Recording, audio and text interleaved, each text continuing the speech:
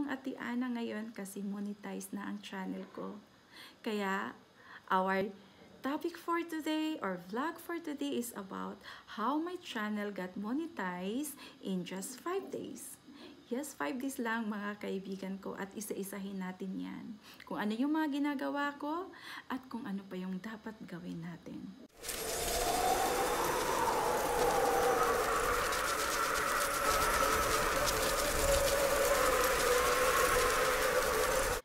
Good morning to everyone and welcome back to Ate Ana's Nifil Vlog. Nahalata nyo ba na ang ngiti ni Ate Ana abot tenga? Yes. Masaya ang inyong Ate Ana ngayon kasi monetize na ang channel ko. Kaya, our topic for today or vlog for today is about how my channel got monetized in just 5 days. Yes, 5 days lang mga kaibigan ko at isa-isahin natin yan. Kung ano yung mga ginagawa ko at kung ano pa yung dapat gawin natin. So, I hope na itong video na ito makatulong din sa inyo. Hindi po ako perfect, baguhan lang po ako, pero gusto kong i-share sa inyo kung ano man ang naranasan ko sa maikling panahon. So guys, unang-una sa lahat, nagpapasalamat ako kay Lord Jesus Christ. This is answer prayer to me. I do really pray for this, na hindi ako mahirapan. And second, I wanted to say thank you to my husband. He is really been supportive to me since the beginning until now. And you can see also every LS, he is with me. He is really supportive and he is the one who encouraged me to do this vlogging. So guys, pangatlo, ang gusto kong magpasalamat sa inyo. Kasi kayo ang dahilan. Mga kapatid ko, mga kaibigan ko dito, you are the reason why I got monetized. So please accept my sincere thank you from the bottom of my heart. Thank you to everyone. You know who you are. Hindi ko man kayo maisa-isa pa nabanggitin guys, but God knows who you are. Bilang niya ang buhok natin kung gaano karami. Kaya alam din niya kung sino-sino kayo. Kaya nagpapasalamat ako na nandyan kayo parati sa aking channel. Nanonood kayo. Kayo ang dahilan guys. Without you all, I am nothing here. So thank you so much. Unending thank you to all of you. Ano bang reason natin kung bakit tayo nagiging vlogger ngayon, kung bakit natin pinasok ang pagiging YouTuber. To be honest, and to be frank, ayaw ko kasi yung paligoy-ligoy. So, gusto kong maging honest sa inyo. Alam natin lahat dito na may pera sa YouTube. So, yun yung number 1, para sa akin ha, yun yung number 1 na nagiging vlogger ako ngayon. Although ako naman talaga ang umahawak sa sweldo ng asawa ko, nabibili ko ang gusto ko. Kaso lang, meron akong gustong marating. Meron akong pinaglalaanan sa madaling salita. And pangalawa, ayaw kong ma-feel ko yung maboboard ako sa bahay. Kasi simula nang nag-YouTube ako guys, simula nang pinasok ko ang pagiging vlogger, naiiwasan ko yung pag-think ng mga negative against to my husband, to my neighbors, to my friends out there. Nagiging busy ako sa ginagawa ko being a vlogger. So nakatulong po yung dalawa na reason kung bakit ako pumasok sa pagiging vlogger o pagiging YouTuber. So yun po. Pero wala pong madaling trabaho guys. Sabihin ko sa inyo, there is no easy work that you start being a YouTuber and tomorrow you can have your salary. No. And don't ever think about the salary. Mapanghinaan lang kayo guys. Think that you enjoy this journey. You enjoy this doing blogger or being a YouTuber. At merong mga qualities na kailangan sa isang pagiging YouTuber, lalo na sa mga nanay na kagaya ko, na full-time housewife lang sila, wala tayong mga time para sa atin to. Unang-una, magkakaroon ka ng determination, set a goal, make a plan, and dedication, time, love. Kung may pagmamahal ka sa ginagawa mo, hindi ka mapanghinaan. Kung may pagmamahal ka sa trabaho mo, kahit anong hirap man ang ginagawa mo, nag-i-enjoy ka pa rin. Yun ako, guys. Hindi ako sumuko. At no comparison at all na bakit siya? Nag-umpisa siya, ngayon lang, namuni na siya. Bakit ako ganito? Walang ganyan, guys. May kanya-kanya po tayong technique, may kanya-kanyang idea. Hindi natin pwedeng ikumpara ang isa't isa. Kasi yung comparison na yan, nagkakaroon po tayo ng galit. At number one na sekreto dito na magiging successful ka at maabot mo ang minimithi mo ay yung pagiging friendly at honest to the fellow YouTuber. Sa mga kapwa mo YouTuber. Honest ka na bumabalik sa kanila. Honest ka na nanonood ka talaga sa mga video nila. So yun po ang number one na sekreto, guys. Doon po lumalalim yung pagkakaibigan natin dito. So, huwag mapanghinaan. Fight lang ng fight. Kung marunong kang magsimula, marunong ka rin tumapos. Yun ang motto na dapat natin dito. So yun, guys. So kailan ba ako nag-umpisa? Nag-umpisa ako noong June 17, 2009. And I remember it was 2 o'clock also in the afternoon. And you can notice in my first video, guys, hindi pa ako ganun ka at ease, ka-comfortable humarap sa camera. During that making video also, I deleted so much video. I don't know how to upload. I don't know what to do. I don't have any confidence at that time.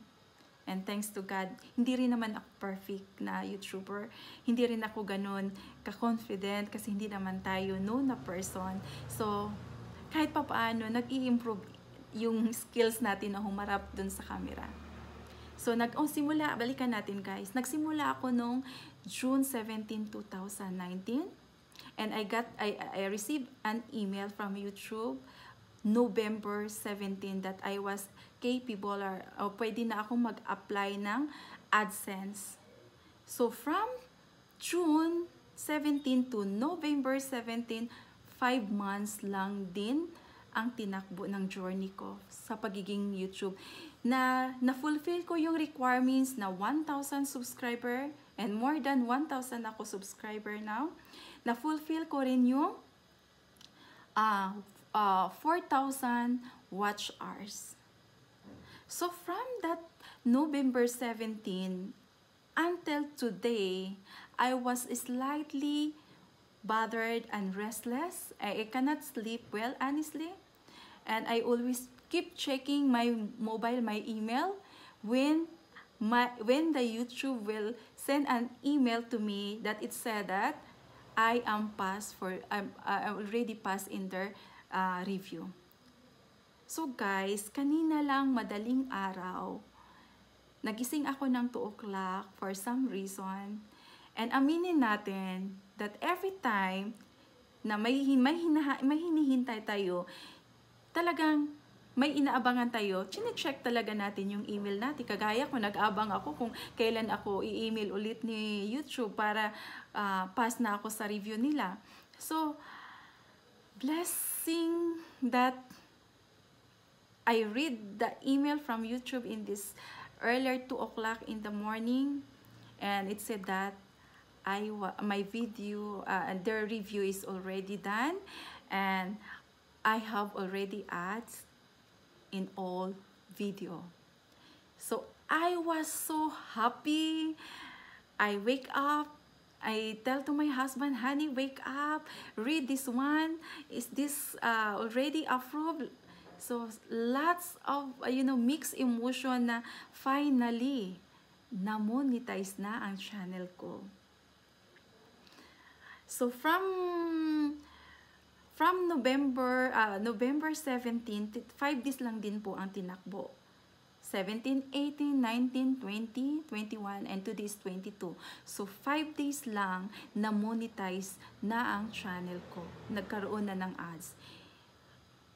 Marami akong nabasa, marami akong narinig, marami akong nakausap na mahigpit daw talaga, sorry guys, may langaw, mahigpit talaga si YouTube ngayon at hindi basta-bastang ma-monetize. Marami kang pagdadaanan kasi isa-isahin po talaga nila yung video mo kung wala kang violence, kung karapat dapat yung video mo na applyan ng ads or patalastas. So, God is good, pumasa ang video ko guys. So, yun yung kailangan natin na pagtiyagaan. Hindi lang tayo basta-basta sumuko. Kasi sabi nga nila, kapag nagtsatsaga ka, talagang may mararating ka. At gusto kong patunayan sa inyo guys, na yun ang ginawa ko. At kailangan lang talaga guys na kahit gaano ka ka-busy rito, meron kang time sa mga kapwa mo YouTuber. And hindi po dito natatapos ang lahat. Hindi porket na-monetize ka na, mag-i-earn ka na. No. May mga process pa rin tayong pagdadaanan. Hindi porket naging YouTuber ka, marami ka ng pera. No. Hindi po tayo noon. Kagaya ng mga artista na 1 month lang, ang bilis nilang na-monetize, ang dami nilang mga hours na, ang daming nanonood, kaya sumusweldo sila kaagad at malaki pa. Simple na YouTuber lang ako guys. Sa kagaya kong mga simple mama na nagmimithi na magiging vlogger, kailangan po natin ng malhabang pagtsatsaga, masipag tayo. Ako kasi guys, everyday talaga ako from June 17 na nag-start ako, everyday akong nag-a-upload ng video ko. Wala po talagang absent yan. Andyan yung matutulog ako ng madaling araw na kasi kailangan kong tapusin ang pag-e-edit ko. Andyan yung kahit nagluluto ka, kahit naglalaba ka, itatabi mo yung mobile mo para lang makareply ka, mapanood mo yung mga kapwa na bumibisita sa'yo. Kapag may itinanim ka na maganda rin ang anihin mo. Kaya sana guys, itong video ko na ito nakatulong sa inyo ng malaki na idea. Huwag tayong mawala ng pag-asa. Kasi darating at darating talaga. Meron na nga dyang 1 year na silang nagsisimula, nag-antay talaga sila para lang sa na ma-monetize sila. Talaga namang ma-monetize kayo kapag nag-antay kayo. At saka samahan nyo ng sipag guys at pagmamahal sa trabaho. Kahit paulit-ulit na ako kasi yun talaga yung in-apply ko sa sarili ko. Kahit dumating na yung anak ko, nagre-review ako ng anak ko, tinabi ko pa rin yung cellphone ko guys para lang mabasa ko yung mga pumupunta sa akin at mababalikan ko sila.